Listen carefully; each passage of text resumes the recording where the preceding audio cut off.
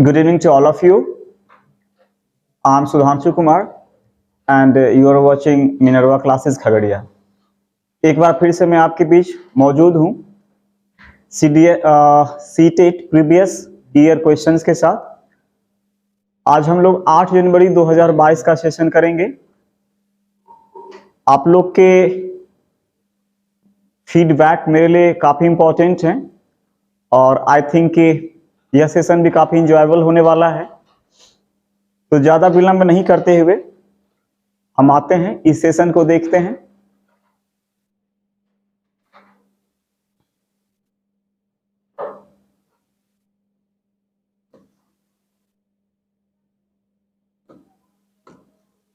देखते हैं पहला क्वेश्चन आज का।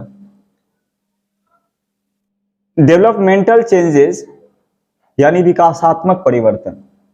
विकासात्मक परिवर्तन सभी संस्कृतियों के बच्चों में सार्वभौमिक गति से होते हैं। सार्वभौमिक गति यानी सबकी गति एक ही जैसी होगी, यह गलत है। सभी कल्चर के बच्चों की जो गति होगी ना वह अलग अलग होगी। सब बच्चे का हिसाब किताब विकास का अलग अलग होता है, तो एक नंबर ऑप्शन गलत है। दूसरा है मध्य बाल्यकाल तक बहुत तेज गति से होते हैं और फिर रुक जाते हैं। सी हमेशा एक रैखिक तरीके से होते हैं और एक आयामी होते हैं। डी वंशानुगत कारकों और पर्यावरणीय प्रभावों की परस्पर क्रिया है। डी नंबर आपका सही आंसर होगा। अब आते हैं चारों ऑप्शन को इलेबोरेट कर लेते हैं। सभी संस्कृतियों के बच्चों में सार्वभौमिक गति से होते हैं। देखिए विकास जो होता है सभी बच्चों में अलग अलग गति से होता है। एक संस्कृति के बच्चे भी हो जाएं तो भी उनमें गति अलग अलग होगी। संभव है कि जुड़वा बच्चे हों उनकी भी गति अलग अलग होंगे, इसलिए एक गति से कभी बच्चे का विकास हो ही नहीं सकता है। तरीका एक होगा लेकिन एक गति नहीं होगी। दूसरा है मध्य बाल्यकाल। देखिए विकास सबसे अधिक शैशवावस्था में, जो शैशवावस्था होता है, इन्फेंसी फेज होता है, उसमें बहुत तेज गति से, फिर बाल्यावस्था में थोड़ा रुक जाता है। जो चाइल्डहुड फेज होता है उसमें थोड़ा स्पीड स्लो होता है, और फिर जो आता है आपका किशोरावस्था, एडोलसेंस, उसमें किशोरावस्था इसमें बहुत तेज गति से होता है। तो किशोरावस्था में तेज, बाल्यावस्था में थोड़ा सा स्लो होता है, लेकिन रुकता कभी भी नहीं है। विकास कभी नहीं रुकता है। यहाँ लिख रहा है फिर रुक जाते हैं बाल्याकाल में बहुत तेज गति से। ये स्टेटमेंट भी गलत है कि बाल्यावस्था में तेज गति से और फिर रुक जाना। हमेशा एक रैखिक तरीके से होते हैं। देखिए एक ही रैखिक तरीके से नहीं, विकास कभी स्लो होगा कभी तेज होगा, इसलिए एक रैखिक तरीके से नहीं होगा। और एक आयामी नहीं होता, इसके कई आयाम होते हैं। शारीरिक विकास होता है, मानसिक विकास होता है, सामाजिक विकास होता है, सामवेगिक विकास होता है, नैतिक विकास होता है, इसलिए एक ही आयाम नहीं होंगे, यह भी गलत है। वंशानुगत कारकों और पर्यावरणीय प्रभावों की परस्पर क्रिया है, बिल्कुल यही आपके सही विकल्प हैं। विकास जो होता है वह दो चीजों पर डिपेंड करता है, एक तो वंशानुगत पे, और जो दूसरा होता है वह आपके पर्यावरण पर। अर्थात विकास वंशानुगत और पर्यावरण के गुणनफल का प्रतिफल होता है। Development is the result of multiplication of heredity and environment. चलिए आते हैं क्वेश्चन नंबर 2 पे।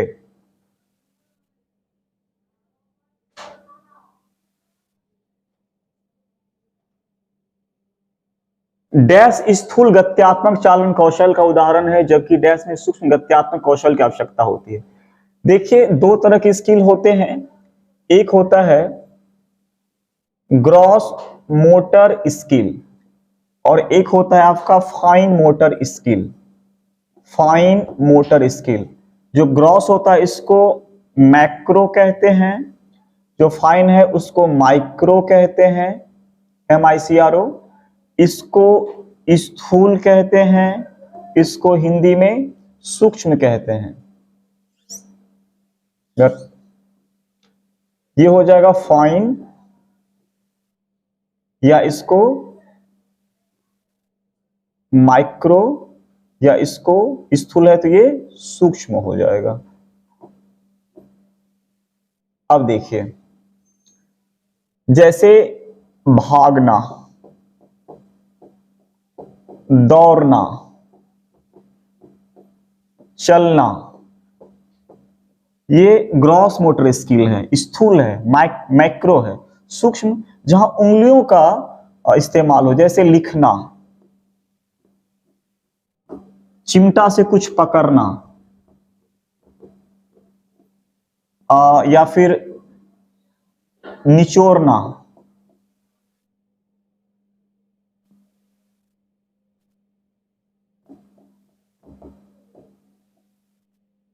देखिए जहां पे स्पेसिफिक उंगली का प्रयोग हो कोई खास काम करने के लिए, जहां पे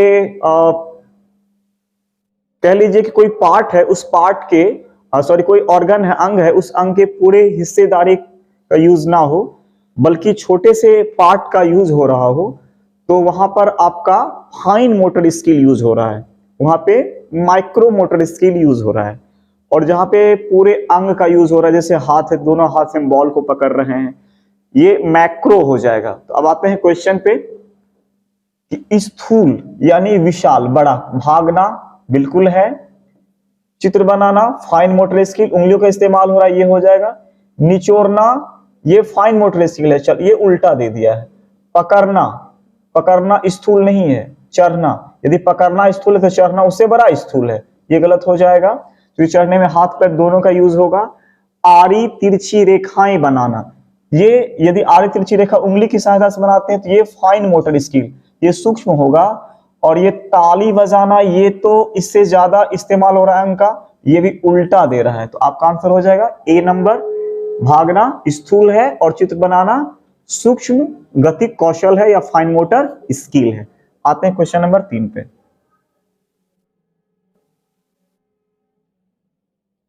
इनमें से कौन सी बच्ची मध्य बाल्यावस्था में होता है?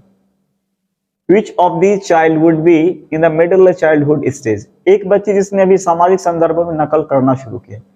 नकल की शुरुआत तो 2 साल के आसपास हो जाती है, ये प्री ऑपरेशनल स्टेज में आएगा। एक बच्ची जो मध्य बाल्य अवस्था, ये मध्य बाल्यावस्था जो होगा आपका अमूमन 5 के बाद 7 या 8 तक, 5 से पहले होगा नहीं और ये 8 तक चल जाता है। According to option you will have to opt. एक बच्ची जो अमूर्त विचारों को आसानी से पालन कर सकती है, ये 11 प्लस के बाद। एक बच्ची जो सकारात्मक खेलों में शामिल नहीं हो सकती है, शामिल होती तो कुछ और बात होता, ये शामिल नहीं हो पा रही है। एक बच्ची जो तार्किक रूप से तर्क कर सकती है और संरक्षण, संरक्षण और तर्क, देखिए ये दोनों चीजें आपको 7 से 11 वर्ष मूर्त संक्रियात्मक अवस्था, मूर्त संक्रियात्मक अवस्था यानी आपका कंक्रीट ऑपरेशनल स्टेज पियाजे के हिसाब से 7 से 11 आता है। और मध्य बाल्यावस्था जो होता है मोटा मोटी 5 के बाद होता है। अब कहेंगे ये 7 से शुरू होता है, 5 से 7 ही मान रहे हैं, 7 में खत्म हो जाता है। भाई रात भी ऐसा नहीं है कि 6 बजे तक दिन होना है और 6:01 पे रात हो जाती है, ऐसी बात नहीं होती है। यह इसमें एक संक्रमण काल होता है, इन्फेक्शन पीरियड होता है इसमें, कि ऐसा नहीं है कि 7 साल जैसे एग्जैक्ट होगा उसके बाद अचानक से परिवर्तन हो जाएगा और 7 वर्ष में 1 दिन तक ये परिवर्तन नहीं होगा, हम मान के चलते हैं। इसमें भी काफी कंट्राडिक्शन है, तो आपको चुनना होगा। ये मोटा मोटी आप 6 साल, 6.5 साल, 7 साल, 8 साल तक मान के चलिए कि मिडिल चाइल्डहुड होता है। और मिडिल चाइल्डहुड में आपको ये नहीं आएगा क्योंकि नकल की शुरुआत 2 साल में हो जाती है, तो ऐसे भी आपका गलत हो गया। अमूर्त विचार 11 साल के बाद, वो ऐसे भी आपका गलत हो रहा है। सकारात्मक खेलों में शामिल नहीं हो सकती है, मतलब ये 2 साल के आसपास का पीरियड, क्योंकि 2 साल के बाद जब प्री ऑपरेशनल स्टेज में आता है तो बच्चा धीरे धीरे इसमें सहयोग करना शुरू कर देता है और 4 वर्ष के बाद सकारात्मक खेलों में बच्चा शामिल होना शुरू हो जाता है। ये यदि शामिल हो जाता तो हम इसको दे देते 4 साल के बाद, यानी 5 से 7-8 साल में, ये तब मेरा ऑप्शन सही होता है, इसलिए इसको हम गलत करना पड़ रहा है हमको। अब यहाँ की संरक्षण, पियाजे के थ्योरी में संरक्षण एक क्वालिटी है और तर्क करना, तार्किक रूप से लॉजिकली थिंकिंग करना, ये दोनों चीजें अमूमन तीसरे फेज में 7 साल के बाद, तो 7 साल को हम क्रॉस करा ही देते हैं। मैंने पहले ही कहा कि 5 से 7 या 8 तक आप जा सकते हैं, तो यही ऑप्शन आपका मैच कर रहा है, इसलिए यही आंसर आपका होगा। याद रखिएगा कि शैशवावस्था 0 से 2 वर्ष और शैशवावस्था 0 से 6 वर्ष भी। 0 से 6 वर्ष कब होगा? जब हम 6 वर्षों के ड्यूरेशन में बांट देंगे, इन्फेंसी फेज यानी शैशवावस्था, चाइल्डहुड फेज, बाल्यावस्था, एडोलसेंस, किशोरावस्था। लेकिन यदि हम इसको बाल्यावस्था को 2 या 3 फेज में बांटेंगे, प्री चाइल्डहुड, मिडिल चाइल्डहुड और पोस्ट चाइल्डहुड, तब तो हमें 2 वर्ष से लेकर के 12 वर्ष तक के बीच की पीरियड को 3 छोटे छोटे पार्ट में बांटना होता है, और वहां थोड़ी परेशानी होती है कभी कभी, जैसी परेशानी अभी आपको नजर आ रही होगी। आते हैं अगले क्वेश्चन, क्वेश्चन नंबर 4 पे।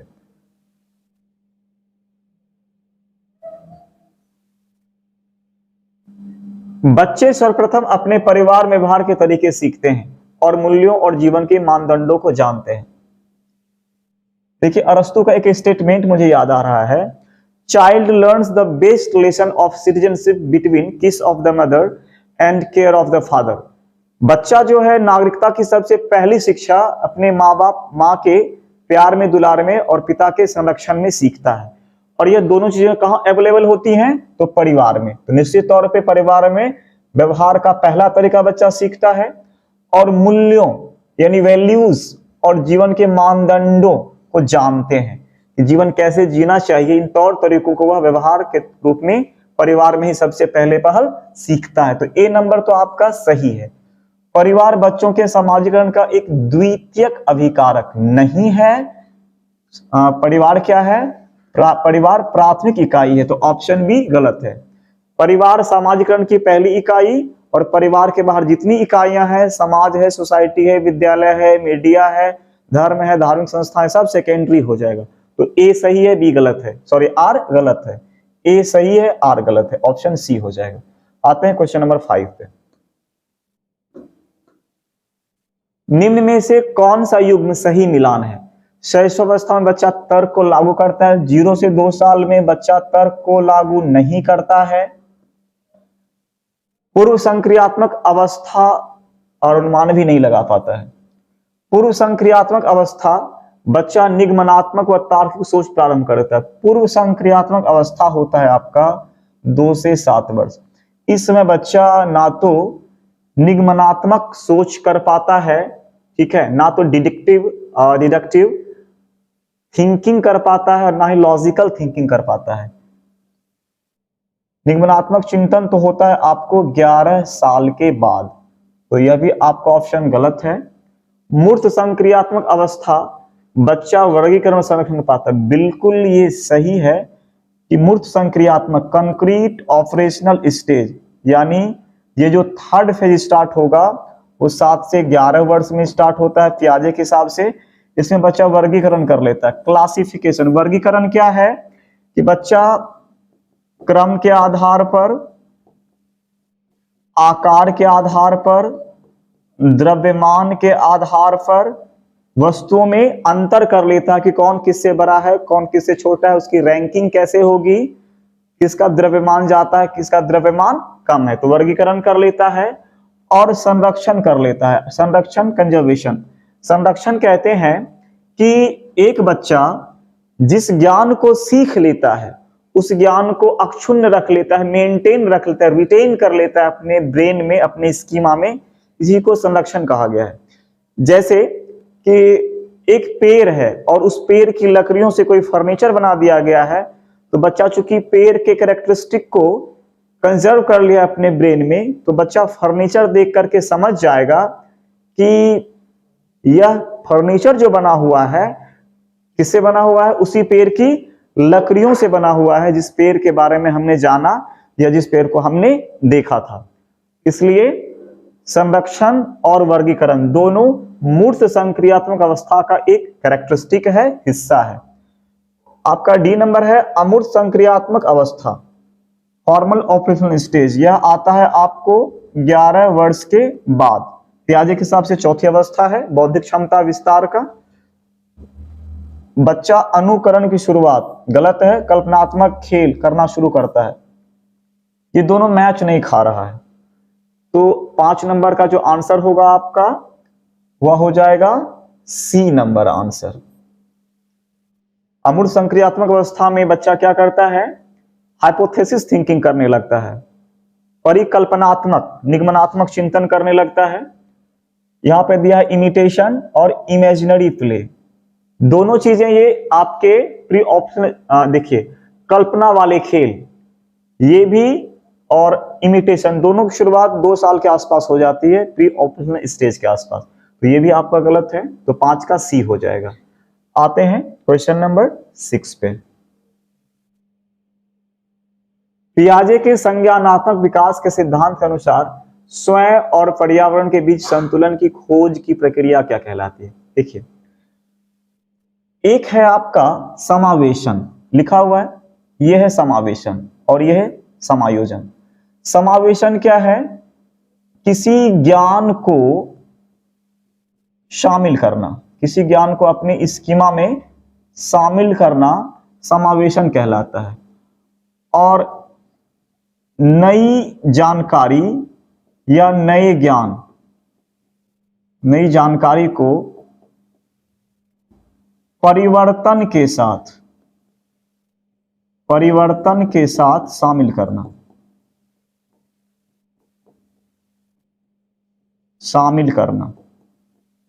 यह कहलाता है समायोजन। मैं आपको एग्जाम्पल दे रहा हूं, ठीक है, इंग्लिश थोड़ा देखना पड़ता है। देखिए, आपने देखा कि जिसके पास पंख है और जो उड़ सकता है वह पक्षी है। फिर आपने चमगादड़ को देखा, पहले आपने देखा कि पंख है और उड़ सकता है वह पक्षी है, तो आपने अपने स्कीमा में एक नई इंफॉर्मेशन को गैदर किया, यह कहलाएगा एसिमिलेशन, आत्मसातीकरण या फिर समावेशन कहलाएगा यह। और अब आपने क्या देखा कि फिर से चमगादड़ को देखा, यानी आपने चमगादड़ को देखा इस दफा और आपने देखा कि उसके भी पंख हैं और वह भी उड़ पा रहा है, आपने कहा यह भी एक पक्षी है। जबकि आपने नहीं देखा, गौर नहीं किया कि वह एक स्तनपायी है, मैमथ है वो, तो आपको कहना चाहिए कि वह एक स्तनपायी पक्षी है। अर्थात पक्षी अंडे नहीं, सारे पक्षी अंडे देते हैं जबकि चमगादड़ अंडा नहीं देता है। डिफरेंसेज है यह, तो इस डिफरेंसेज को आप उस समय गौर नहीं कर सके। अब आपको जो चमगादड़ के बारे में जानकारी हाथ लगी, क्या करना होगा, नई जानकारी को परिवर्तन करेंगे तब शामिल करेंगे, यह हो जाएगा अकोमोडेशन, समायोजन। और जो पहले आपने इंफॉर्मेशन लिया था कि पक्षी ऐसे होते हैं, वह क्या कहलाएगा, समावेशन। तो समावेशन से लेकर के समायोजन तक उसको कोई ना कोई जोड़ता है, दोनों को कनेक्ट करता है। नई जानकारी और पूर्व जानकारी को जो संतुलित कर दे उसी को साम्यीकरण या इक्विलिब्रेशन या संतुलन भी इसको कहते हैं। तो याद रखिएगा, संतुलन किसको कहेंगे, साम्यीकरण को। आते हैं क्वेश्चन नंबर 7 पे, और इसमें एक वर्ड था संगठन। संगठन है नहीं, ज्ञान की संरचना के संगठन को स्कीमा कहते हैं। चलिए आते हैं क्वेश्चन नंबर 7 पे। निम्नलिखित में से कौन सा कथन लेव वाइगोत्स्की, चाइगोत्स्की नहीं भाई, वाइगोत्स्की, लेव वाइगोत्स्की के बच्चों के बारे में विचार को सही प्रकार से दर्शाता है? वाइगोत्स्की ने सुझाव दिया है कि बच्चों में बहुत सी क्षमताएं होती हैं जिनमें वे कार्य शामिल हैं जिन्हें बच्चे सहायता के साथ कर सकते हैं। सही बात है कि बच्चों में बहुत सी क्षमताएं होती हैं, ये वाइगोत्स्की ने कहा है, जिनमें वे कार्य भी शामिल हैं जिन्हें बच्चे सहायता के साथ कर सकते हैं। मतलब उनमें क्षमताएं हैं, इसमें कोई डाउट नहीं है, लेकिन उनकी क्षमताओं के बावजूद कुछ ऐसे कार्य हैं जिनमें मदद मिल जाए किन्हीं की, तो उस कार्य को बच्चे आसानी से कर लेते हैं। कहीं न कहीं इस पंक्ति का इशारा MKO की ओर है या ZPD की ओर है कि जहां पर आप मदद देंगे तो बच्चे उसे क्रॉस कर जाएंगे, या फिर वहां उन्हें मदद या स्कैफोल्डिंग की आवश्यकता होगी। तो यह कथन सही है। वाइगोत्स्की बच्चों को एक कोरा कागज, देखिए कभी भी संज्ञानवादी व्यक्ति बच्चे को कोरा कागज नहीं कहेगा, कोरी स्लेट नहीं कहेगा। व्यवहारवाद जो होते हैं, जो व्यवहारवादी होते हैं, वो कहते हैं कि बच्चे कोरे स्लेट या कागज की तरह होते हैं। यह विकल्प आपका गलत है। वाइगोत्स्की ने प्रस्तावित किया है कि सभी वयस्कों की तुलना में मात्रात्मक रूप से कम सोचते हैं। एक क्वेश्चन देखिए पूछा था कि जो वयस्क होते हैं और जो बच्चे होते हैं, दोनों समान मात्रा में सोचते हैं। जो सोचते हैं उनकी मात्रा समान होती है, मात्रा समान होती है सोचने की, लेकिन सोचने के जो तरीके होते हैं, अप्रोचेज होते हैं, वो अलग अलग होते हैं, याद रखिएगा। अर्थात वयस्क और बच्चे दोनों उतना ही सोचते हैं, बराबर सोचते हैं, इक्वली सोचते हैं, तो मात्रा में कोई डिफरेंसेज नहीं होता है, क्वांटिटी में डिफरेंसेज नहीं होता है, सोचने के तरीके में, अप्रोचेज में डिफरेंसेज होता है। जबकि यहां कह रहा है कि बच्चे वयस्कों की तुलना में मात्रात्मक रूप से कम सोचते हैं, तो ये गलत है, दोनों बराबर सोचते हैं। हाँ, तरीके में आप कहते तो डिफरेंसेज वो सही हो जाता। वाइगोत्स्की ने बच्चों की क्षमताओं को बहुत कम आंका है, कभी भी ऐसी बात नहीं इन्होंने कही है। आपका आंसर हो जाएगा ए, 7 का ए। आते हैं क्वेश्चन नंबर 8 पे। एक शिक्षिका किस संरचना का इस्तेमाल करती है जब वो एक बच्ची की जिगशॉ पहेली बनाने में मदद करती है? इशारे और संकेतों से। जिगशॉ इशारे और संकेत को कहते ही हैं पार या स्कैफोल्डिंग। बट जान लीजिए कि ये जिगशॉ क्या होता है, आपको कभी कभी पूछा जा सकता है। जिगशॉ, जिगशॉ पजल। जैसे सपोज कि आप जो है जैसे इंडिया का आप नक्शा बनाते हैं, तो इंडिया का नक्शा बनाने के दौरान आप क्या करते हैं कि उसे कई पार्ट में बांट देते हैं, छोटे छोटे पार्ट में, यानी पार्ट वाइज कर देते हैं, और उसे देते हैं उस छोटे छोटे टुकड़े को प्रॉपरली अरेंज करके कि इंडिया के मैप का एक प्रॉपर जो स्ट्रक्चर है वो अवेलेबल कराए। यहाँ पे जिगसॉ जैसी बातें हो रही है। तो हो सकता है बच्चा कुछ स्टेट को ठीक से ना जोड़ पा रहे हो और उसे मदद की आवश्यकता होगी, तो कोई टीचर या कोई भी व्यक्ति जो इसको जान रहा है वो संकेत दे, इशारा दे, तो यह कहलाएगा पार, कहलाएगा स्कैफोल्डिंग कहलाएगा। यही आपका आंसर होगा। अनुसरण, इमिटेशन, नकल, उद्दीपन, एक तरह से स्टिमुलस, कंडीशन, स्वतंत्र खोज, इसमें से कोई भी और मैटर टच नहीं कर रहा है, कोई विकल्प इसके साथ रिलेशन नहीं बना पा रहा है, इसलिए इसका आंसर हो जाएगा 8 का बी। आते हैं क्वेश्चन नंबर 9। एक बाल केंद्रित कक्षा व्यक्तिवादी होता है। A child centered classroom is individualistic एवं कठोर संरचित पाठ्यक्रम का अनुसरण करती है। गलत बात हो गया ये तो गलत बात हो गई, दोनों गलत हो गया। कठोर संरचित पाठ्यक्रम का अनुसरण करती है। अब है कि बाल केंद्रित कक्षा व्यक्तिवादी होती है। एक child centred classroom is individualistic. देखिए, जो सीसीएल क्लासरूम होता है उसमें एक एक बच्चे की जरूरतों का पूरा ख्याल रखा जाता है, ये बात सही है। हर बच्चे के लिए अलग अलग तौर तरीके होते हैं ताकि बच्चे न्यूनतम अधिगम स्तर को, अर्थात शिक्षा की जो सबसे बेसिक चीजें हैं, कम से कम वो उसे समझ में आ जाए। लेकिन कठोर नियंत्रण या कठोर पाठ्यक्रम ऐसी कोई बात नहीं होती है इसमें। इसलिए आपका जो ये हाफ पार्ट है, कठोर संरचित पाठ्यक्रम का अनुसरण करती है, गलत है। बच्चा सबसे अच्छा तब सीखता है जब शिक्षक तानाशाह और नियंत्रक होता है। डिक्टेटर बन जाएगा टीचर और बहुत गलत तरीके से कंट्रोल करेगा तो बच्चा जिद्दी हो जाएगा। बच्चा, चिल्ड्रेन विल बी ऑब्स्टिनेट, जिद्दी हो जाएगा। They will not eager enough to learn anymore, वह ज्यादा कुछ सीखने का इच्छुक रहेगा ही नहीं। तो आपका ए और बी दोनों गलत है। सॉरी, यानी डी नंबर आपका सही है, ए और आर दोनों गलत है। आते हैं क्वेश्चन नंबर 10 पे।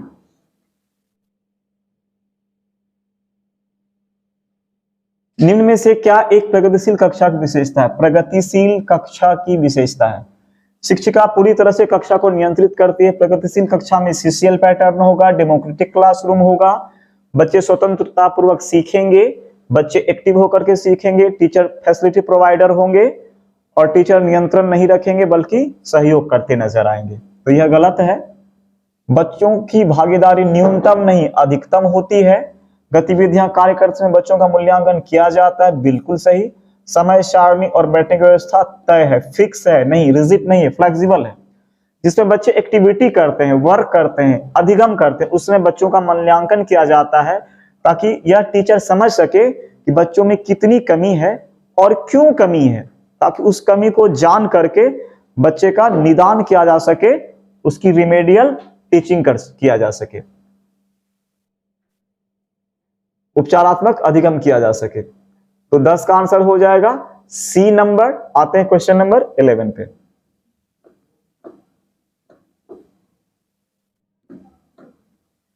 अमृत तर्क देता है कि हम कानूनों को बदल सकते हैं। जब भी बदलाव की बात हो और कोहलबर्ग का नाम आ जाए, जब भी बदलाव की बात हो कि आप अपने जरूरत के हिसाब से बदल सकें, तो निश्चित तौर पे वह हो जाएगा सोशल कॉन्ट्रैक्ट की बात। याद रखिएगा, जहां भी देखिए कि बदलाव हो रहा, समाज के कानून दो तरीके के होंगे। एक होगा कि समाज में जो नियम है या जो कानून की व्यवस्था है हम उसे बदल नहीं सकते हैं, हमें हर हाल में उसी के अनुसार चलना होगा, कानून का पालन करना होगा। वो हो जाएगा आपको सामाजिक नियम की बात या नियम कानून व्यवस्था की बात। लेकिन जब हो जाए कि हम समाज के नियम को बदल सकते हैं तो वह सामाजिक यानी सोशल कॉन्ट्रैक्ट की बात हो जाएगी। याद रखिएगा, पढ़ लेते हैं क्वेश्चन। यदि वे समाज की जरूरतों को पूरा नहीं करते हैं लेकिन यह आपसी सहमति और लोकतांत्रिक प्रक्रिया के माध्यम से किया जाना चाहिए। लॉरेंस कोहलबर्ग के अनुसार वैज्ञानिक तर्क किस अवस्था में है? आपको मैंने पहले ही कहा सामाजिक अनुबंध में टिक लगा दीजिए, ये इसमें नहीं मैच खाएगा, ये मैच नहीं खाएगा। बदलना है, लेकिन बदलना कैसे है? आपसी सहमति से बदलनी है और लोकतांत्रिक तरीकों से बदलनी है। इस बात का ख्याल रखेंगे। कीवर्ड याद रखिएगा कि कानून समाज के नियम को जब बदलने की बात होगी तो सामाजिक अनुबंध या सोशल कॉन्ट्रैक्ट की बात होगी। सामाजिक व्यवस्था में कट्टरता की अधिकता होती है, बदलाव पॉसिबल नहीं है। सार्वभौमिक में दो चीज याद रखेंगे, मैंने पहले भी कहा है। एक तो क्या रखेंगे? ह्यूमन राइट्स यानी मानवाधिकार शब्द आएगा। मानवाधिकार शब्द कीवर्ड है पकड़ने का, कैसे पकड़ेंगे। और दूसरा कीवर्ड आएगा स्वयं से निर्णय लेना या चुनना। स्वयं निर्णय लेगा आदमी या स्वयं चुनेगा तो सार्वभौमिक अधिकार। अच्छा लड़का अच्छी लड़की दूसरों की नजर में क्या होगी? हमें बड़ाई चाहिए, हम नोटिस करवाना चाह रहे हैं खुद को दूसरों की नजर में, अट्रैक्शन खोज रहे हैं अच्छा लड़का अच्छी लड़की में। चलिए आते हैं क्वेश्चन नंबर 12 पे। तो 11 का आंसर हो जाएगा सामाजिक अनुबंध।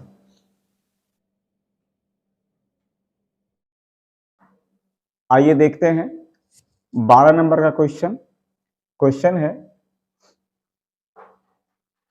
इन Harvard Gardner's theory person high on intelligence have final sensibility regarding their identity, human existence and meaning of life. Harvard gardener के सिद्धांत में बुद्धि के व्यक्तियों में अपनी पहचान, याद रखिएगा, अपनी पहचान, मानव अस्तित्व और जीवन के अर्थ के बारे में संवेदनशीलता होती है। इसको क्या कहेंगे? यहीं पे रहता दूसरे की पहचान, अपनी पहचान, अपनी शक्ति के बारे में उसको जान पहचान बनानी है, बतानी है। तो ये क्या कहलाएगा? प्रकृतिवादी तो होगा नहीं, इसमें पेड़ पौधों के बारे में बात होती है, पहाड़ के बारे में, झील के बारे में, भाषाई बुद्धि लिंग्विस्टिक। अब है अंतर्वैयक्तिक और अंतःवैयक्तिक। अपने बारे में हो तो ये स्वयं के बारे में, और अंतर्वैयक्तिक दूसरों के बारे में। आइए देखते हैं इसको। ऐसे तो हार्वर्ड गार्डनर का जो थ्योरी है उसको हम निमोनिक्स में P2, L2, MBS और प्लस 3 एक्स्ट्रा है। एक प्रकृतिवादी है, एक नैतिक बुद्धि है और एक है अस्तित्ववादी बुद्धि। तीनों बुद्धि। देखिए एक इंटर वर्ड लगा हुआ है, एक इंट्रा लगा हुआ है। इंटर वर्ड जहां भी लगा हो वह समझिए दूसरों के लिए। इंटर, आप एक वर्ड याद रखिए, इंटरफेयर। तो इंटरफेयर जो होता है वह कोई बाहर वाला करता है। तो इंटर वर्ड से हम दूसरे की शक्ति या दूसरे की ताकत या उसकी कमजोरी के बारे में आंकते हैं, उसके दिमाग में क्या चल रहा है यह सोच लेते हैं। तो दूसरे के बारे में नहीं है, अपनी पहचान। और इंट्रा मतलब होता है स्वयं, अपने बारे में। इसका आंसर हो जाएगा इंट्रा पर्सनल या अंतः वैयक्तिक हो जाएगा। आते हैं क्वेश्चन नंबर 15 पे।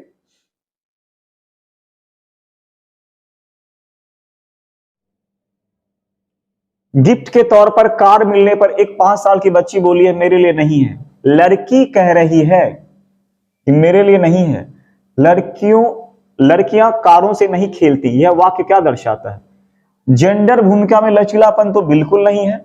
जेंडर रिलीवेंटनेस की बात नहीं कर रहा है, स्थिरता की बात नहीं कर रहा है, रूढ़िवादिता की बात कर रहा है।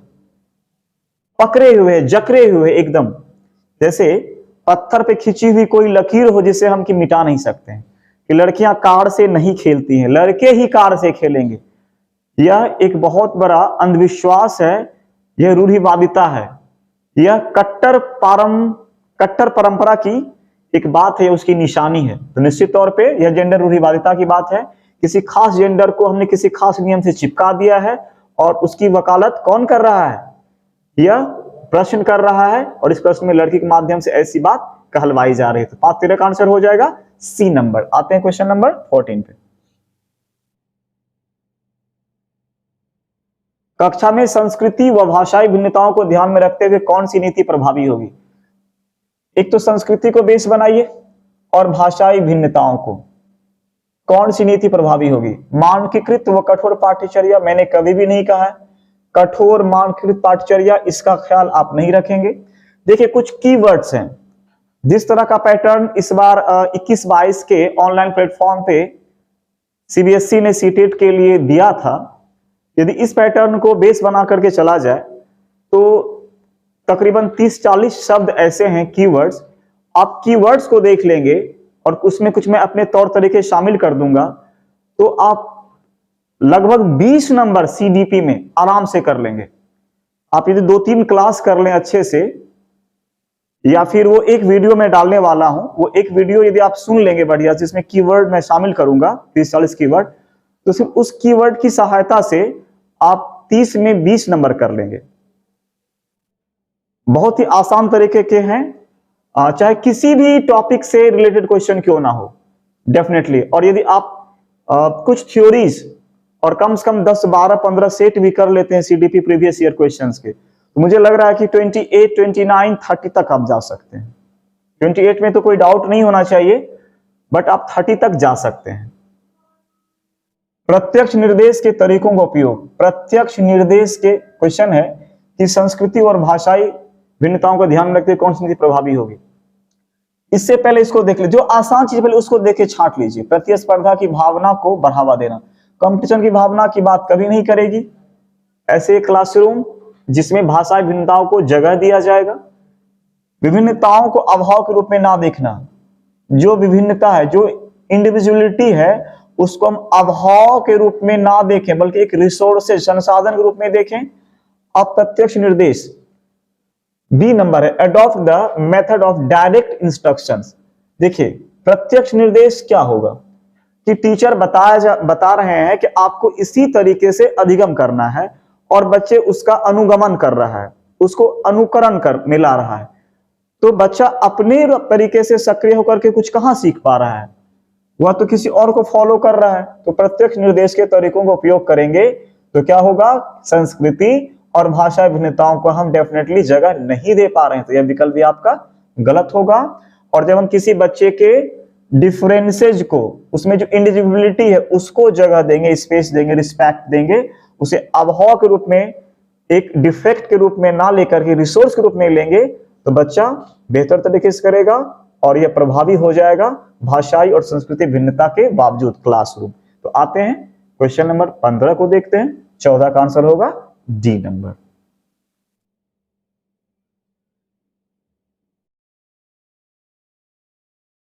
राष्ट्रीय शिक्षा नीति 2020 प्रस्तावित करती है कि मूल्यांकन के बारे में पूछा जा रहा है।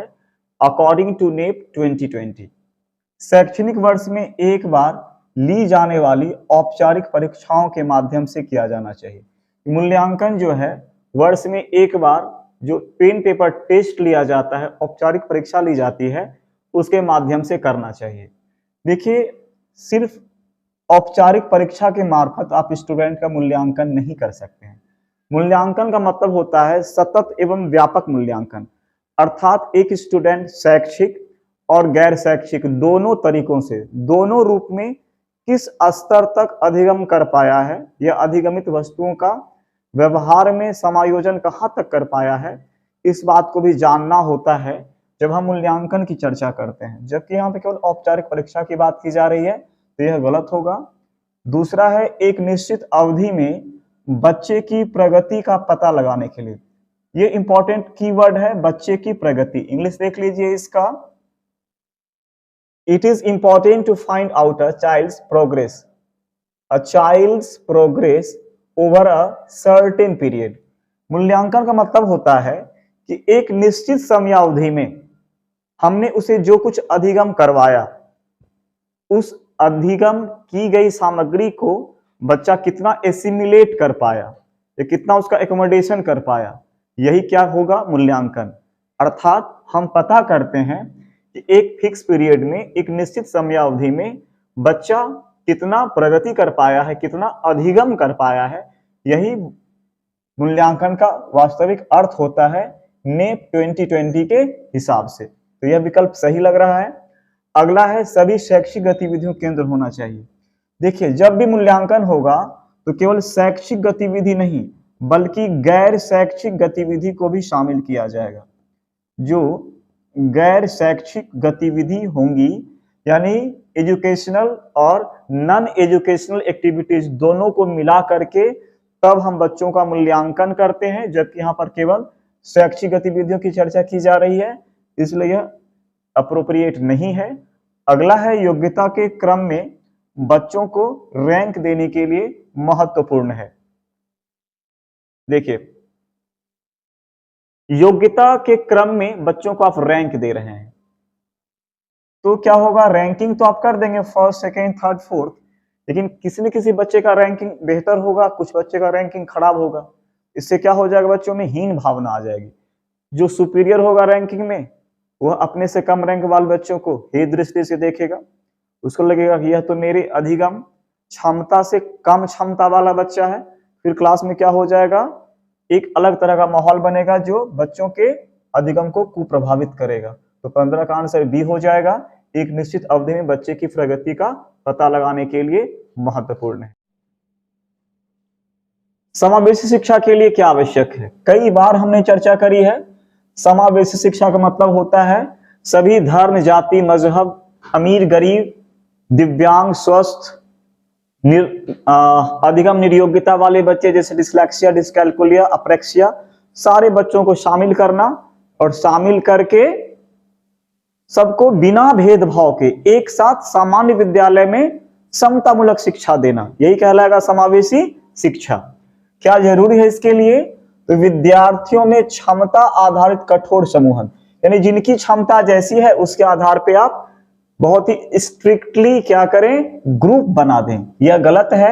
आप ग्रुप बनाएंगे तो कोई न कोई कमजोर ग्रुप बनेगा जिसकी क्षमता कमजोर होगी।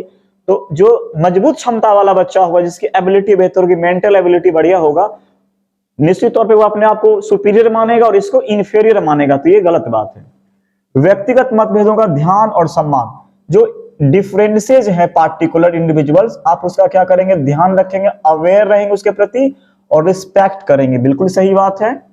विशेष विद्यार्थियों के लिए केवल व्यावसायिक शिक्षा, देखिए व्यावसायिक शिक्षा देना है तो सबको देना। मैंने कहा समतामूलक शिक्षा, सबको एक जैसी शिक्षा, ना कि स्पेशल चाइल्ड या जो बच्चे स्पेशल नीड वाले होते हैं उनको आप केवल देंगे व्यावसायिक शिक्षा, तो ये उचित बात नहीं होगी, यह आपका विकल्प गलत है। वो विद्यार्थी जिन्हें दिव्यांगता है उनके बारे में रूढ़िवाद बनना। देखिए दिव्यांगता तो किन्हीं के साथ हो सकती है, किन्हीं के बच्चों के साथ हो सकती है, तो ना तो सामाजिक रूप से और ना ही मानवीय दृष्टिकोण से या कानूनी रूप से किसी भी तरीके से हमें कंजर्वेटिव नहीं बनना चाहिए, हमें रूढ़िवादिता का शिकार नहीं होना चाहिए। यह अपने लिए और हमारे समाज दोनों के लिए खतरनाक स्थिति है। तो यह भी विकल्प क्या है, गलत है। रूढ़िवाद मतलब होगा कि हम किसी खास सोच से चिपके रहेंगे, उसे हे दृष्टि से देखेंगे, उसे इंफेरियर समझेंगे, ऐसी बात नहीं होनी चाहिए। तो 16 का आंसर बी हो जाएगा, व्यक्तिगत मतभेदों का ध्यान और सम्मान। आते हैं क्वेश्चन नंबर 17 पे। निम्न में कौन सा व्यवहार पठन वैफल्य होना चाहिए, वैकल्य नहीं वैफल्य की पहचान है। पठन वैफल्य, इंग्लिश वर्ड देख लीजिए, आराम से बनेगा। डिसलैक्सिया। डिसलैक्सिया में क्या होता है, बच्चा बी को डी पढ़ता है, लिखना 21 को 12 है। क्यों लिखता है, क्यों पढ़ता है। बी इस तरह से रहेगा, उसको वो इस तरह से देखेगा। 12 को 21 लिख सकता है, 21 को 12। अब देखिए बी को डी के रूप में लिखना, 21 को 12 के रूप में, यह सही है। मैं आऊंगा कि ये डिस्ग्राफिया में लिखा जाता है और यह विकल्प है डिसलेक्सिया के लिए, मैं इस पर भी आ रहा हूं अभी। कम ध्यान अवधि और अत्यधिक शारीरिक गतिविधि, ये आपका ADHD।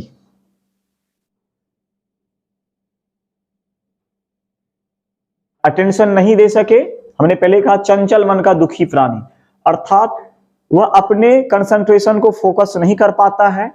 2-2 मिनट में उसकी मानसिकता बदलती रहती है कि ये काम कर लें, वो काम कर लें, फिक्स नहीं होता है, स्थिर नहीं रहता है, बहुत ज्यादा हाइपर एक्टिव होता है बच्चा।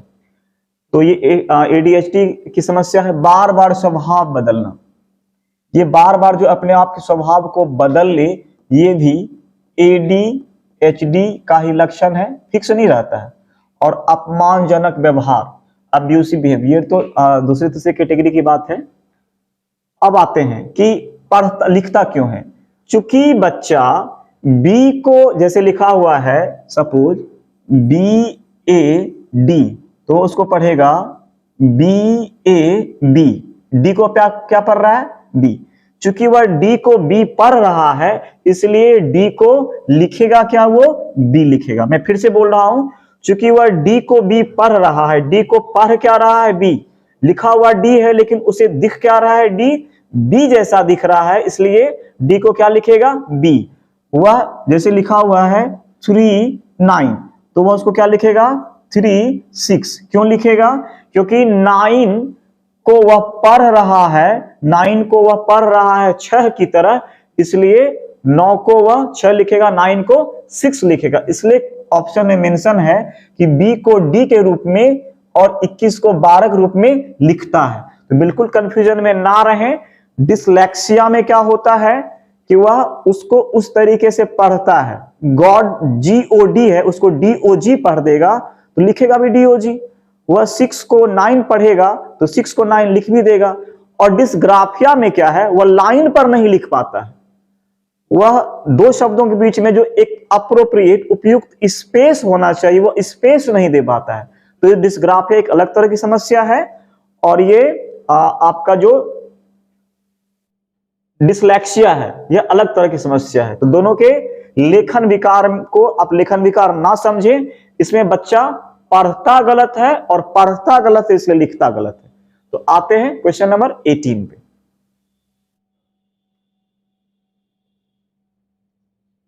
वो विद्यार्थी जिन्हें स्वलीनता है, स्वलीनता ऑटिज्म को कहते हैं, AUTISM, ऑटिज्म, उनकी पहचान उनके सामने आने वाली किस क्षेत्र की चुनौती से की जा सकती है।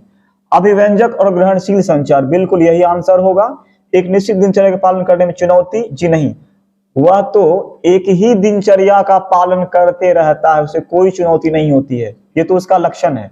सूचना को याद रखने में चुनौती, इंफॉर्मेशन को ये से रिलेट नहीं करता है। स्थूल गत्यात्मक, उसे कोई चलने फिरने में परेशान नहीं होती, ये नहीं होगा, ये नहीं होगा, ये भी नहीं होगा। अब देखिए ऑटिज्म में मैंने बताया है पिछले 2-3 वीडियो में कि ऑटिज्म में प्रॉब्लम क्या होती है। ऑटिज्म में बच्चे को प्रॉब्लम होती है कि वह समाज के साथ कम्युनिकेट नहीं कर पाता है, अपनी बातचीत को ठीक से रख नहीं पाता है, यानी संचार, सामाजिक संचार में प्रॉब्लम होगी, सामाजिक संचार नहीं कर पाएगा जिसको ऑटिज्म होगी, एक बात। दूसरी बात क्या कर पाएगा वो, वह एक फिक्स चीज को बार बार करता है, अर्थात एक ही तरह का दिनचर्या, जो उसका शेड्यूल होगा सेम होगा, उसमें कोई बदलाव पसंद नहीं करता, ये ऑटिज्म वाला बच्चा। याद रखिए दो लक्षण होते हैं कि एक्सप्रेसिव एंड रिसेप्टिव कम्युनिकेशन।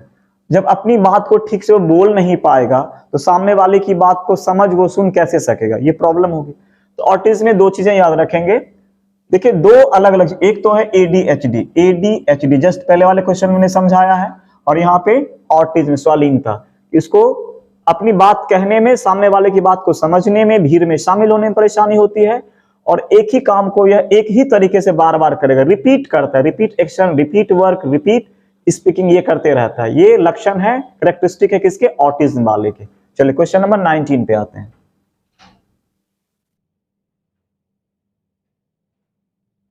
वो विद्यार्थी जिन्हें दिव्यांगता है उनके सफल समावेशन के लिए क्या आवश्यक है?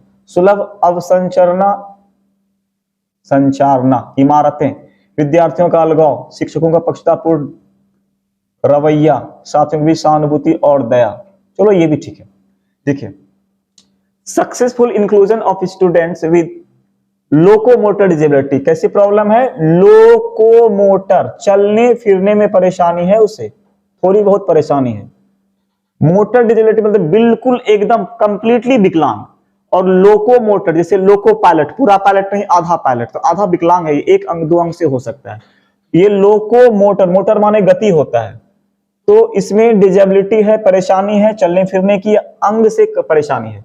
उसको किस चीज की आवश्यकता है? Accessible infrastructure. अब देखिए क्लासरूम तो ऐसा हो जहां बच्चा आसानी से जा सके आ सके। यदि किसी क्लासरूम में उसको इंटर करना है और वह अपने वो 3 चक्के वाला जो रिक्शा होता है, ई रिक्शा जो कहिए उसको, तो यदि उस पे बैठा हुआ है और रैंप का निर्माण नहीं किया गया तो उस रिक्शे के साथ बच्चा जाएगा कैसे, क्लास में एंट्री कैसे लेगा? या आप यदि पढ़ा रहे हैं 5वें माले पे कोई विद्यालय रन कर रहा है तो आपको लिफ्ट की प्रॉपर व्यवस्था करनी होगी, तब तो बच्चा वहां तक जा सकेगा, वरना बच्चा एक्सेस से नहीं कर पाएगा। तो सुलभ इमारत होना चाहिए, यानी इंफ्रास्ट्रक्चर कैसा होना चाहिए? एक्सेसिबल होना चाहिए। तो ये आपके आंसर हो जाएंगे। विद्यार्थियों का अलगाव, अलगाव से बच्चे कोई फायदा नहीं होगा, बल्कि नॉर्मल बच्चे भी अलगाव से क्या होंगे? विमुख होंगे, डिप्राइव्ड हो जाएंगे। शिक्षकों का पक्षतापूर्ण रवैया, ये तो हर बच्चे के लिए दुर्भाग्यपूर्ण होगा यदि ऐसी बात होगी तो। साथियों की सहानुभूति और दया, देखिए सहानुभूति अच्छी बात है, हमें दयालुता का व्यवहार रखना चाहिए, लेकिन किसी बच्चे के साथ हम दया उस रूप में प्रस्तुत ना करें उसमें हीन भावना आ जाए। दया इतनी ही रहे कि हम उसके साथ भेदभाव ना करें, उसको कभी हम ये समझने लायक ना बना दें कि वो समझे कि मुझसे कुछ हो नहीं सकता है। दया का मतलब है एक मानवीय व्यवहार, वो सब में हमें आप में होनी चाहिए। तो ये उतना अप्रोप्रिएट नहीं है इस क्वेश्चन के हिसाब से। तो इसका जो एग्जैक्ट आंसर होगा सुलभ इमारत, या यूं कह लीजिए एक्सेसिबल इंफ्रास्ट्रक्चर। आते हैं क्वेश्चन नंबर 20। निम्नलिखित में से कौन सा अभ्यास विविध अधिगम प्राथमिकता वाले विद्यार्थियों को शामिल करने में सहायक होगा? विविध अधिगम प्राथमिकता, इसका मतलब क्या हो? अधिगम, विविध अधिगम, बच्चा कोई देख करके अधिगम करता है, कोई सुन करके अधिगम करता है, किसी को दिखता नहीं है तो स्पर्श करके अधिगम करता है। यही हो गया विविध अधिगम आवश्यकता वाले बच्चे, अर्थात सबके साथ अलग अलग तरह की समस्याएं हो सकती हैं। अब क्वेश्चन कह रहा है कि उनको शामिल करना है, और शामिल करने में कौन से कारक हैं जो सहायक साबित होंगे? कार्य की प्रासंगिकता, मूल्य और प्रामाणिकता को कम करना, यानी कार्य की प्रासंगिकता को ही कम कर दें, ऐसा क्यों करेंगे आप? जो रिलेवेंसी है काम की, यानी काम की जो जरूरत है, काम जितना इंपॉर्टेंट है उसके महत्व को ही हम कम कर दें, उसके वैल्यू को कम कर दें, उसके ऑथेंटिसिटी को कम कर दें, ये तो गलत बात होगी। देखिए दो तरह की बातें होती है। सपोज यदि, हालांकि इससे मैं थोड़ा सा अलग एग्जांपल दे रहा हूं कि कोई पौधा है और उस पौधे के किसी शाखा को पकड़ना है, तो एक तरीका यह है उस शाखा को इतना झुका दिया जाए, डाउन कर दिया जाए कि हम उसको आसानी से पकड़ लें। एक तरीका है हम कोशिश करें कि हम एक्सेस कैसे करेंगे वहां तक, तो एक तरीका वो भी है। तब क्या करते हैं, अपने आप में डेवलपमेंट की बात होती है। तो यहां पर वही बात है, यदि कोई कार्य है तो हम कार्य के इंपॉर्टेंस को ही कम कर दें, उसके वैल्यू को ही कम कर दें, बल्कि कोशिश ये होनी चाहिए हम अपने आप में बदलाव लाएं, चेंजेस लाएं, और जहां तक आसानी से, सहज भाव से, जबरदस्ती नहीं, सीसीएल पैटर्न पे जितना पॉसिबल हो वहां तक अपने आप को पॉजिटिव वे में अधिगमित करने की कोशिश करें। तो यह तो उचित नहीं लग रहा है मुझे। आसपास के खतरों और विकर्षणों को कम करना, यह सही लग रहा है कि आसपास के जो खतरे हैं और ऐसे एलिमेंट्स जिससे कि अधिगम में विकर्षण हो रहा है, ऐसे तो शामिल होते हैं हर संस्कृति सभ्यता में, माहौल में, जिनसे बच्चे पढ़ाई से धीरे धीरे विमुख होते हैं। तो उन संसाधनों को, उन बातों को कम करें, या संभव हो तो ऐसे एलिमेंट्स को इराडिकेट कर दें, दूर कर दें, तो यह उससे ज्यादा बहुत बेहतर है। उपकरणों और सहायक तकनीकों का तक पहुंच कम करना, बिल्कुल नहीं। हम मॉडर्न इरा में जी रहे हैं, तो जो भी न्यू टेक्निक्स होंगी हम उनका क्या करेंगे, यूज करेंगे, और बहुत ही अच्छे से यूज करेंगे, कम नहीं करेंगे। जैसे अभी आप देख लीजिए कि पहले हम लोग व्हाइट या ब्लैक बोर्ड का यूज करते थे, अब डिजिटल बोर्ड का यूज कर रहे हैं। तो इससे क्या हो रहा है, नॉलेज, एजुकेशन ऐसे रिमोट एरियाज में एक्सेस हो रहा है जहां जहां के बच्चे आकर के इजिली नहीं पढ़ पाते थे। तो इसको कम नहीं करेंगे, इसको और हम क्या करेंगे, विस्तारित करेंगे। विद्यार्थियों के व्यक्तिगत पसंद और स्वायत्ता को प्रतिबंधित करना। देखिए, व्यक्तिगत पसंद, इंडिविजुअल प्रेफरेंस, और जो उसका उसकी स्वतंत्रता है, स्वायत्तता है, जो उसकी ऑटोनोमी है, यदि ऑटोनोमी को आप प्रोहिबिटेड कर देंगे, रिस्ट्रिक्टेड कर देंगे, तो बच्चे आपके हिसाब से चलना शुरू कर देंगे। और जब आपके हिसाब से चलेंगे तब विविध अधिगम प्राथमिकता वाले बच्चों को आप कैसे शामिल करेंगे? उनकी जरूरत किसी और तरीके की है और आप उसको क्या कर रहे हैं कि मेरे हिसाब से चलना होगा, तुम्हें तुम्हारी आजादी नहीं मिलेगी, तुमको तुम्हारे तरीके नहीं मिलेंगे, तुम जिस चीज से पढ़ना पसंद करते हो वो चीजें तुम्हें नहीं मिलेंगी। तो यह क्या होगा, विविध अधिगम प्राथमिकता वाले बच्चों को शामिल करने में यह एक ऑब्स्टिकल का रोल प्ले करेगा। इसलिए यह विकल्प भी आपका गलत है। आते हैं क्वेश्चन नंबर 21 पे, तो इसका आंसर हो जाएगा बी नंबर।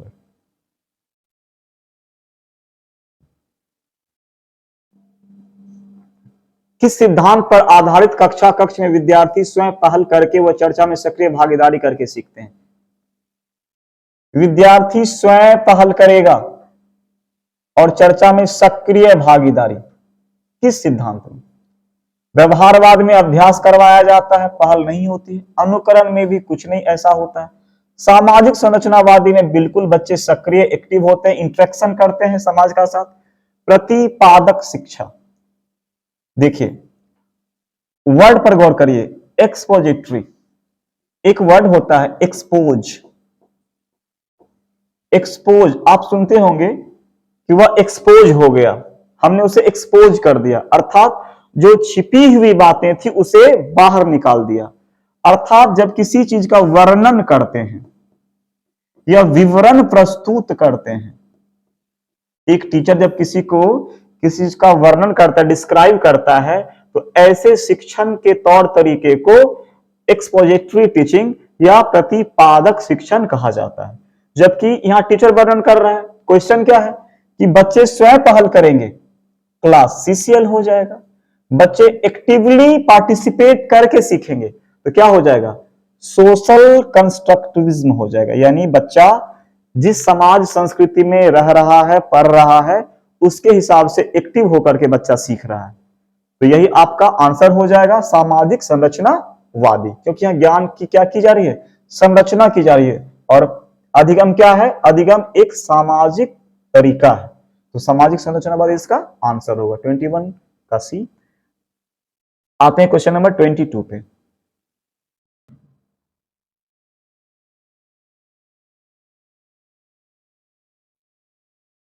क्वेश्चन नंबर 22 देखते हैं।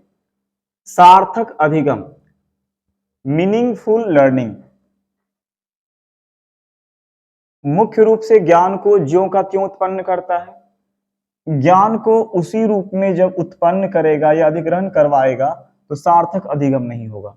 सार्थक अधिगम का मतलब होता है बच्चा सक्रिय हो और उसे खुद करके स्वयं करके सीखे। तब होता है जब विषय वस्तु को गैर संदर्भित किया जाता है। जब संदर्भ से बाहर रख लेंगे, इरिलीवेंट कर देंगे, जो आवश्यक ना हो उन विषय वस्तु को शामिल करेंगे, तब बच्चा सार्थक अधिगम नहीं कर पाएगा। तब होता है जब सक्रिय रूप से विद्यार्थियों के अधिगम को नियंत्रित करते हैं। किसी भी रूप में जब स्टूडेंट के अधिगम को आप नियंत्रित कर लेंगे, अपने तरीके से चलाने की कोशिश करेंगे, तब बच्चा कितना भी एक्टिव हो जाए, बच्चे सार्थक अधिगम नहीं कर पाएंगे। और यहाँ तो लिखा हुआ है कि जब सक्रिय रूप से विद्यार्थियों के अधिगम को नियंत्रित करते हैं, मतलब आप एक्टिव हो जाते हैं, उसको नियंत्रित करने के लिए उचित बात नहीं है। विश्लेषण, समालोचनात्मक सोच तथा समस्या समाधान की प्रक्रियाएं शामिल हैं। देखिए बिल्कुल सही है कि सार्थक अधिगम तब होगा जब अधिगम के तौर तरीकों को या अधिगम का हम क्या करते हैं, विश्लेषण करते हैं, एनालिसिस करते हैं, उसे हर एक बिंदु पर हम जांचने की कोशिश करते हैं, अर्थात चिंतन करते हैं यह उचित है या बच्चों को और किसी परिवर्तन की आवश्यकता है। समालोचनात्मक सोच का मतलब होता है क्रिटिकल थिंकिंग का, कि हम उसके किसी चीज के गुण और अवगुण दोनों के बारे में जांच पड़ताल करते हैं, इसके क्या बेनिफिट्स हैं, क्या डिमेरिट्स हैं, क्या मेरिट्स हैं।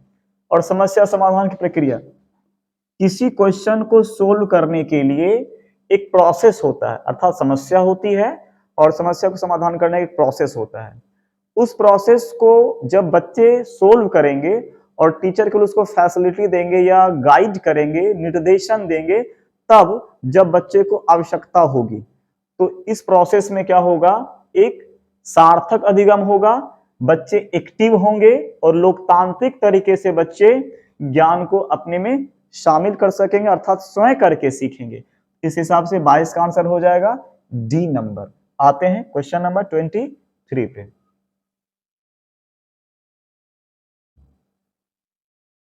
राष्ट्रीय शिक्षा नीति 2020 में निम्नलिखित में से किसकी वकालत नहीं की गई है, किसकी सिफारिश एडवोकेट नहीं की गई है। याद रखिएगा प्रश्न निगेटिव है। संरचनात्मक समझ पर जोर, बिल्कुल हम ज्ञान को तभी अच्छे से शामिल कर सकते हैं जब हम ज्ञान की संरचना पर जोर देंगे, जब हम उसको कंस्ट्रक्ट करने की कोशिश करेंगे। योगात्मक मूल्यांकन अर्थात समेटिव असेसमेंट, हम सबमिटिव असेसमेंट की बात नहीं करेंगे। क्यों नहीं करेंगे सबमिटिव असेसमेंट की बात, क्योंकि सबमिटिव असेसमेंट एक प्रोडक्ट होता है जबकि लर्निंग एक प्रोसेस होता है, इसलिए हम इसके जगह पे फॉर्मेटिव असेसमेंट की बात करेंगे, संरचनात्मक मूल्यांकन की बात करेंगे, योगात्मक मूल्यांकन की बात नहीं करेंगे। और ये भी ऐसी बात नहीं करता है। पाठ्यक्रम में वृद्धि, पाठ्यक्रम में हम वृद्धि क्यों करेंगे, हम पाठ्यक्रम में वृद्धि भी नहीं करेंगे, जितना करिकुलम दिया हुआ है उसी को बेहतर तरीके से अलग अलग तरीके से समझाने सिखाने की कोशिश करेंगे। प्रौद्योगिकी के उपयोग में कमी, जो भी टेक्नोलॉजी है उसके उपयोग में हम कमी क्यों करेंगे, यदि उससे कुछ बेटरमेंट हो रहा है तो उसका यूज किया जाना चाहिए। तो कह रहा है किसकी वकालत नहीं करता, इन तीनों की वकालत नहीं करता है। 2 3 4, 2 3 4 आपके ऑप्शन 4 नंबर में है, तो 23 का हो जाएगा 23 का चौथा विकल्प सही है। आते हैं क्वेश्चन नंबर 24 पे।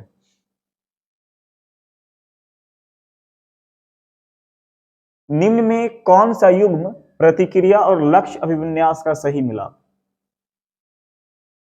कौन से प्रतिक्रिया और लक्ष्य अभिविन्यास, थोड़ा इंग्लिश देख लेते हैं।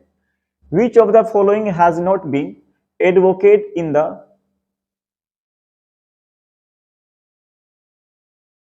दोनों क्वेश्चन मैच नहीं कर रहा है इंग्लिश हिंदी का। Which of the following has not been advocated in the national education policy. मुझे लग रहा है मैं पिछले क्वेश्चन को एक बार फिर से रिपीट करके इंग्लिश को देख लेता हूं। ये तो पिछले क्वेश्चन के इंग्लिश में ऑप्शन है, आई थिंक मुझे देखना चाहिए, टाइपिंग अरेंजमेंट में मिस्टेक हुआ है। 23 23 भी वही है, चलिए कोई नहीं, हिंदी में ही देखना होगा। रिपीट हुआ है, 24 देखना है। चलिए कोई नहीं। निम्नलिखित में से कौन सा युग्म प्रतिक्रिया, ये आपका क्वेश्चन 24 का नहीं है। निम्नलिखित में से कौन सा युग्म प्रतिक्रिया और लक्ष्य अभिविन्यास का सही मिलाप है? किसी विशेष रुचि के क्षेत्र में क्षमता में सुधार के लिए कार्यपत्रक करना। कार्यपत्रक हो जाता है वर्कशीट, वर्कशीट को फुलफिल करना। महारत हासिल करने की दिशा में उन्मुख लक्ष्य। नकद पुरस्कार जीतने के लिए परीक्षा की तैयारी करना। परिहार उन्मुख प्रदर्शन लक्ष्य। कक्षा में प्रथम स्थान प्राप्त करने के लिए किसी विषय की अतिरिक्त कक्षाएं लेना। परिहार उन्मुख निपुणता लक्ष्य। दूसरों से पिछड़ा प्रदर्शन ना करने के लिए कड़ी मेहनत करना। प्रदर्शन की दिशा में उन्मुख लक्ष्य। देखिए कुछ न कुछ तो मिसिंग है, कि फिर भी देख लेते हैं। कौन प्रतिक्रिया और लक्ष्य अभिविन्यास, यानी एक जो वर्क हो रहा है, जो काम हो रहा है, वह काम उस किसी खास टारगेट के लिए सही सही मैच कर रहा है या नहीं कर रहा है। देखिए किसी विशेष रुचि के क्षेत्र में, विशेष रुचि, रुचि जो है एक मोटिवेशन है और ये इंटरनल मोटिवेशन है। रुचि जो है आंतरिक प्रेरणा है, ये आंतरिक प्रेरणा है रुचि। और आप रुचि के लिए क्षमता में सुधार करना चाह रहे हैं और इसके लिए क्या करना चाह रहे हैं? कार्यपत्रक, यानी एक आप वर्कशीट कर रहे हैं। महारत हासिल करने की दिशा में उन्मुख लक्ष्य, बिल्कुल सही है। आप एक्सपर्ट बनना चाह रहे हैं, मास्टर बनना चाह रहे हैं और इसलिए आप क्या कर रहे हैं ना, कार्यपत्रक कर रहे हैं, यानी वर्कशीट आप फुलफिल कर रहे हैं। यह विकल्प आपका सही है। दूसरा विकल्प है नकद पुरस्कार जीतने के लिए परीक्षा की तैयारी करना। नकद पुरस्कार यह बाह्य मोटिवेशन है, एक्सटर्नल मोटिवेशन है। और परिहार उन्मुख, परिहार का मतलब मैंने पहले भी बताया है कि आप में जो कमी है उस कमी को दूर करने की कोशिश करना, दूर करने की कोशिश। तो आप अपनी कमी को दूर करना चाह रहे हैं, इसलिए आप परिहार उन्मुख प्रदर्शन को टारगेट बना करके परीक्षा की तैयारी कर रहे हैं ताकि नकद पुरस्कार जीत सके। बिल्कुल दोनों में कोई रिलेशन नहीं बन पा रहा है। आप परीक्षा की तैयारी कर रहे हैं, क्यों कर रहे हैं? तो कैश प्राइज जीतने के लिए, जबकि यहां पर है परिहार उन्मुख प्रदर्शन। आपका टारगेट है कमी को दूर करना, तो कमी को दूर करना टारगेट है या पुरस्कार जीतना टारगेट है? दोनों में डिफरेंसेस है, नहीं होगा यह विकल्प आपका। कक्षा में प्रथम स्थान प्राप्त करने के लिए किसी विषय की अतिरिक्त कक्षाएं लेना, परिहार उन्मुख। देखिए आप क्या कर रहे हैं, कक्षा में प्रथम स्थान, फर्स्ट पोजीशन पाना चाह रहे हैं इन योर क्लास, और इसके लिए आप एडिशनल क्लास लेना चाह रहे हैं। और इसके लिए करना क्या चाह रहे हैं? परिहार उन्मुख निपुणता।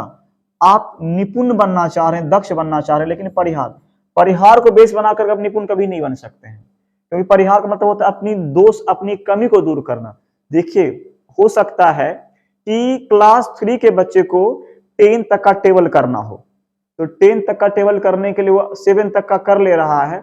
यदि परिहार को लक्ष्य मानेगा, परिहार ओरिएंटेड कोर्स करेगा या करिकुलम फुलफिल करेगा, तो उसको बस क्या करना है, 10 तक का टेबल कंप्लीट कर लेना है। ये हो गया परिहार उन्मुख लक्ष्य। और यदि महारत हासिल करना होगा तो जो एक सामान्य सी बात है, एटलीस्ट 20 तक का टेबल उसको याद करना होगा, वहां तक मतलब उसको समझना होगा, उसके कंसेप्ट्स को, अवधारणा को समझना होगा। तो दोनों दो चीज है।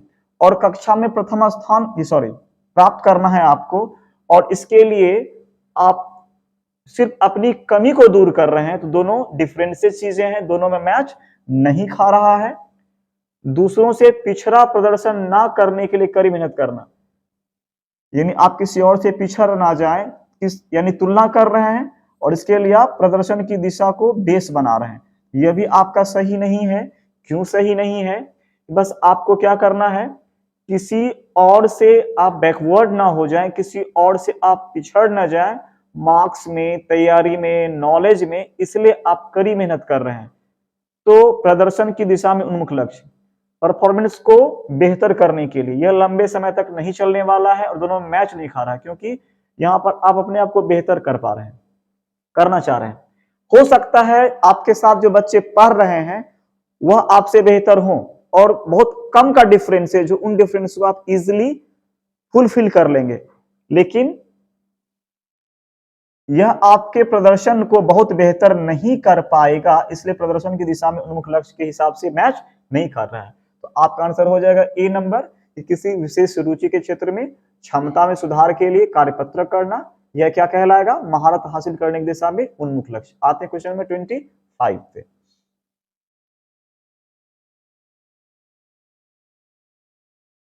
विद्यार्थियों के अधिगम को सुसाध्य करने के लिए एक शिक्षिका को निम्नलिखित में से किस पर ध्यान देना चाहिए।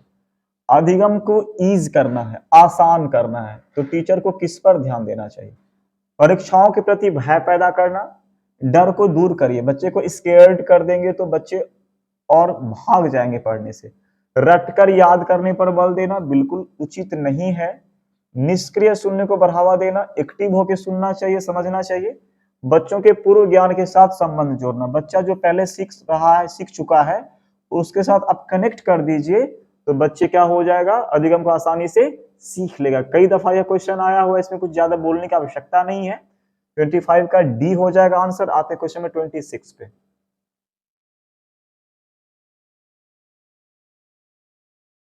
निम्नलिखित में से कौन सा विद्यार्थियों द्वारा निर्मित भ्रांतियों से निपटने के लिए रचनात्मक दृष्टिकोण है। देखिए, स्टूडेंट के पास कुछ मिसकंसेप्शंस भी होते हैं। जैसे लड़कियों के पास एक मिसकंसेप्शन होता है कि लड़कियों के मैथ अमूमन कमजोर होते हैं। ये मिसकंसेप्शन ही एक भ्रांति है, सच्चाई ऐसी नहीं है।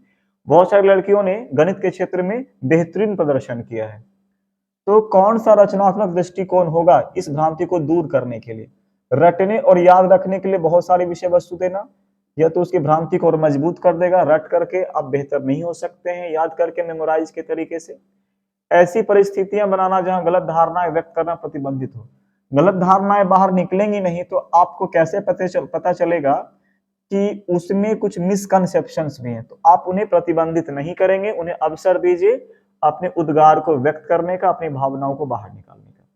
भ्रांतियों के प्रत्युत्तर हेतु प्रयोग और अवलोकन का अवसर, बिल्कुल जो भी उसके मिसकंसेप्शंस हैं उसको प्रयोग करने के लिए, अवलोकन करने के लिए क्या देना चाहिए, अवसर देना चाहिए।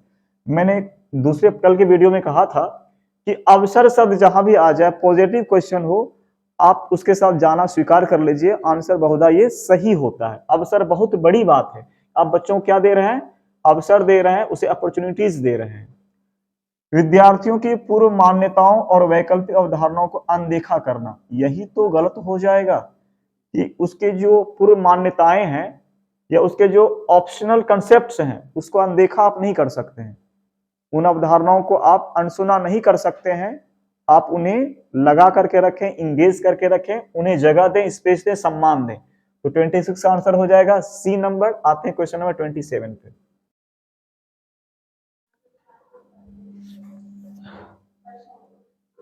आइए देखते हैं क्वेश्चन नंबर 27। क्वेश्चन है हमारा, निम्नलिखित में से क्या विद्यार्थियों के बीच किसी कार्य की संरचनात्मक समझ को सुसाध्य करने में सहायक है। संरचनात्मक समझ, कंस्ट्रक्टिव अंडरस्टैंडिंग को कैसे आप बेहतर कर सकते हैं, किसकी मदद से। प्रतियोगिता, प्रतियोगिता आपके ज्ञान के कंस्ट्रक्शन को कभी बेहतर नहीं करेगा। कंपटीशन यह एक होड़ है एक दूसरे से आगे निकल जाने की। बस कंसेप्ट की समझ के लिए आपको रुकना होगा, स्थिर होना होगा। चर्चा और संवाद, डिस्कशन एंड डायलॉग, यानी ग्रुप में किसी विषय वस्तु को लेकर के आपसी बातचीत या फिर दो लोगों के बीच बातचीत, संवाद, निश्चित तौर पे इससे कंसेप्ट डेवलप होंगे। जब हम डिस्कशन करते हैं किसी विषय वस्तु का तो बहुत सारे फैक्ट, बहुत सारे कंसेप्ट निकल करके सामने आते हैं। जो चीजें हमें जानकारी में नहीं होती है हम दूसरे से वो सीखते हैं, और जो चीजें हमें जानकारी में होती है वह दूसरा तीसरा ग्रहण करता है। तो निश्चित तौर पे जो डिस्कशन होता है, जो डायलॉग होते हैं, वे कंसेप्ट के डेवलप के लिए एक बेहतर प्रयास होता है। वेधन और अभ्यास, यानी ड्रिल। ड्रिल क्या है ना, ड्रिल एक तरह से किसी काम को फाइनल करने से पहले एक प्रैक्टिस के जैसा है। एक निश्चित फिक्स स्ट्रक्चर पे जब हम बार बार अभ्यास करते हैं तो वह ड्रिल कहलाता है। अभ्यास भी उसी की कैटेगरी का एक चीज है। तो निश्चित तौर पे इससे भी संरचनात्मक समझ को बेहतर नहीं बनाया जा सकता है। दंड, और दंड तो नेगेटिव एलिमेंट है, इससे बच्चों में कंसेप्ट डेवलप होगा ही नहीं। तो आपका आंसर हो जाएगा चर्चा और संवाद, जब भी आप संरचनात्मक समझ को बेहतर करना चाहें। कंसेप्चुअल अंडरस्टैंडिंग, अंडरस्टैंडिंग होगी, कैसी होगी? कंसेप्ट वाला, संप्रत्यय वाला, अर्थात हम किसी की मौलिक अवधारणाओं को समझ पाना चाहते हैं तो हमें चर्चा करनी होगी, हमें संवाद का सहारा लेना होगा। आते हैं क्वेश्चन नंबर 28 पे।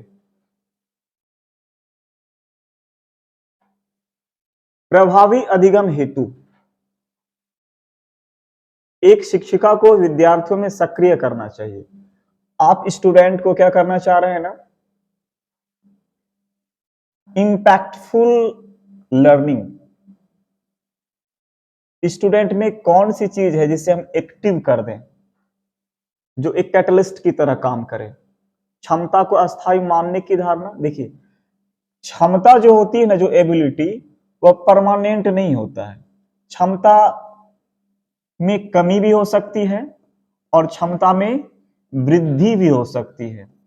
अर्थात आप यदि अपने अवधारणाओं का विकास रोज रोज करेंगे तो आपकी क्षमता बढ़ेगी, और छोड़ देंगे धीरे धीरे आपकी क्षमता कम भी हो सकती है। तो इसलिए क्षमता कभी परमानेंट चीज नहीं हो सकती है, तो ऐसी धारणा बननी भी नहीं चाहिए। क्षमता के वृद्धिशील होने की धारणा, बिल्कुल क्षमता में वृद्धि हो सकती है, या प्रोग्रेसिव अचीवमेंट की तरह होता है, यह धारणा स्टूडेंट के बीच देनी चाहिए कि आप यदि अवधारणाओं के विकास को रोज रोज शामिल करने की कोशिश करेंगे तो आपकी जो एबिलिटी है, जो आपकी इंटेलिजेंसी है, जो आपकी विजडम है, वो दिनों दिन बेहतर होते चले जाएंगे। तो यह सही है। प्रतिस्पर्धा की भावना, कई दफा हमने कहा है कंपटीशन नेगेटिव चीज है, पॉजिटिव चीज नहीं है। कई चीज दांव पे लग जाते हैं, इसमें बच्चों की जिंदगी, बच्चों का बचपन छिन जाता है। एक रेस की तरह होता है, बस हम एक कोशिश में होते हैं कि हमें इतने मार्क्स चाहिए। हम ये भूल जाते हैं कि उनकी अपनी एक जिंदगी, एक लाइफ स्टाइल है, और एक खास पीरियड होता है, बहुत नाजुक पीरियड होता है, बहुत कोमल समय होता है बचपन, और उसको हम छीन लेते हैं कंपटीशन में धकेल करके। तो इससे बचना चाहिए। हीनता की भावना, मैंने पहले भी कहा, जिससे हीनता की भावना उपज जाए उससे बचना चाहिए। फिर उसको सक्रिय कैसे कर सकते हैं? एक्सक्लूजन को इंप्रूव नहीं करना चाहिए, इससे बचना चाहिए। तो ये भी आपका नहीं होगा। आंसर हो जाएगा क्षमता के वृद्धिशील होने की धारणा, यानी option B is the right answer. आते क्वेश्चन नंबर 29 पे। निम्न में कौन सा बाह्य अभिप्रेरणा का उदाहरण नहीं है? बाह्य अभिप्रेरणा, देखिए, जो आंतरिक अभिप्रेरणा होता है, आंतरिक अभिप्रेरणा होता है वह स्वयं अंदर से एक अनुभूति आती है, जबकि जो बाह्य अभिप्रेरणा होती है, बाह्य अभिप्रेरणा, इसमें आपका पुरस्कार, इनाम, प्रशंसा, ये सब शब्द आएंगे। तो देख लीजिए, दंड से बचने के लिए गृह कार्य करना बाह्य प्रेरणा का उदाहरण नहीं है, ये तो बाहर से ही मिल रहा है। ज्ञान प्राप्त करने के लिए वाद विवाद से शामिल होना, ज्ञान प्राप्त करने के लिए, ज्ञान प्राप्त करने के लिए आप इंटरनली सोच रहे हैं, ज्ञान प्राप्त करना है नहीं करना, ये डिसीजन आपके अंतःकरण का है। तो यह जो है बाह्य उदाहरण नहीं है। प्रतियोगिता जीतने के लिए शतरंज सीखना, आप कंपटीशन जीतना चाह रहे हैं, तो यह बाह्य अभिप्रेरणा का उदाहरण है, आप कहीं बाहर से अभिप्रेरित हुए। साथियों को प्रभावित करने के लिए, यह भी बाह्य अभिप्रेरणा है। तो ज्ञान प्राप्त करने के लिए वाद विवाद समूह में शामिल होना चाह रहे हैं, किसी को प्रभावित करने के लिए नहीं, किसी कुछ पाने के लिए नहीं, ज्ञान प्राप्त करने के लिए, अर्थात अपनी क्षमता को बेहतर करने के लिए। तो यह 29 का बी नंबर आंसर हो जाएगा। आते हैं क्वेश्चन नंबर 30 पर। डैश के इस्तेमाल से विद्यार्थी की डैश उपलब्धि में होने की संभावना है। डैश के इस्तेमाल से मान लिया जाए हम पहले ऑप्शन को भर करके देखते हैं। मेरी आदत है कि मैं जो भी ऑप्शन पहला मिलता है मैं उसको उसमें डाल देता हूँ, उसमें भरने की कोशिश करता हूँ और वहीं से रेफरेंस के हिसाब से मुझे मिल जाता है कि इसमें अप्रोप्रिएट वर्ड क्या होगा। मैं ये नहीं कर रहा हूँ कि एक नंबर ही आंसर होगा, बस मैं आपको तरीका बता रहा हूँ। यदि आपको पसंद आए तो कर लीजिए। प्रासंगिक पाठ्यक्रम के इस्तेमाल से विद्यार्थियों की उपलब्धि में होने की कमी संभावना है। बिल्कुल उटपटांग जैसा लग रहा है, नहीं होगा। शिक्षार्थी केंद्रित शिक्षा शास्त्र के इस्तेमाल से विद्यार्थी उपलब्धि में होने की कमी। कमी क्यों होगी? जब आप प्रासंगिक पॉजिटिव चीज है, इससे कमी नहीं होगी। सीसीएल पैटर्न वाले पेडागोजी को लागू करेंगे तो कमी नहीं होगी। सामाजिक सहयोग, सामाजिक सहयोग के इस्तेमाल से विद्यार्थियों की उपलब्धि में होने की वृद्धि की संभावना, बिल्कुल ये सही लग रहा है। सामाजिक बहिष्कार के इस्तेमाल से विद्यार्थियों की उपलब्धि में होने की सुधार, बिल्कुल नहीं। जब आप सामाजिक बहिष्कार की बात करते हैं, सोशल एक्सक्लूजन की बात करते हैं, तो इंप्रूवमेंट नहीं होगा।